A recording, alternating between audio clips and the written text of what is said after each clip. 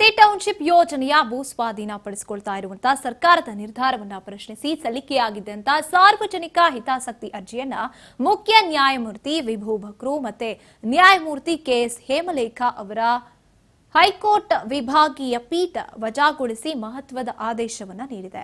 Bidadi township ಭೂಸ್ವಾಧೀನ ಪ್ರಕ್ರಿಯೆಯಲ್ಲಿ ಸರ್ಕಾರದ ನಡೆಯನ್ನ ವಿರೋಧಿಸಿ ವಾದ ಮಂಡಿಸಿದ ಅರ್ಜಿದಾರರ ಪರ ವಕೀಲರು ಭೂಸ್ವಾಧೀನಕ್ಕೂ ಮುನ್ನ ಸಾಮಾಜಿಕ ಪರಿಣಾಮ ಅಧ್ಯಯನ ನಡೆಸಿಲ್ಲ, ಇನ್ನು ಪುನರ್ವಸತಿಗೆ ಯಾವುದೇ ಕ್ರಮ ಕೈಗೊಂಡಿಲ್ಲ, ಅಲ್ಲದೆ 9,400ಕ್ಕೂ ಅಧಿಕ ಎಕರೆ ಭೂಮಿಯನ್ನ ಪರಿವರ್ತನೆ ಮಾಡಿ ರಿಯಲ್ ಎಸ್ಟೇಟ್ ಉದ್ಯಮ ನಡೆಸುವಂತಹ ಕೆಲಸಕ್ಕೆ ಸರ್ಕಾರ ಮಾಡ್ತಾ ಇದೆ.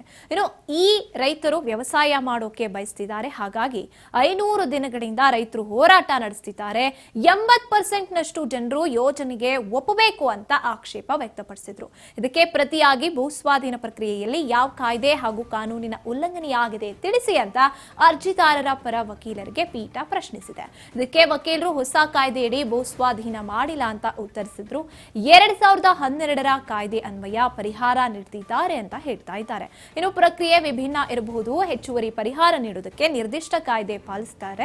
ಯಾವುದಾದ್ರೂ ಕಾನೂನಿನ ನಿಬಂಧನೆ ಉಲ್ಲಂಘನೆ ಆಗಿದೆಯಾ ಅನ್ನೋದನ್ನ ತಿಳಿಸಿ. ನೀವು ವಕೀಲರು ಕಾನೂನು ಉಲ್ಲಂಘನೆ ಆಗಿರೋದನ್ನ ತಿಳಿಸಿ. ಇನ್ನು ನಾವು ಯೋಜನೆಯ ಮೆರಿಟ್ ಮೇಲೆ ಪ್ರಕರಣ ನಿರ್ಧರಿಸುವುದಿಲ್ಲ ಅಂತ ಹೇಳೋದ್ರ ಮೂಲಕ ಅರ್ಜಿಯನ್ನ ವಜಾಗೊಳಿಸಿದ್ದಾರೆ.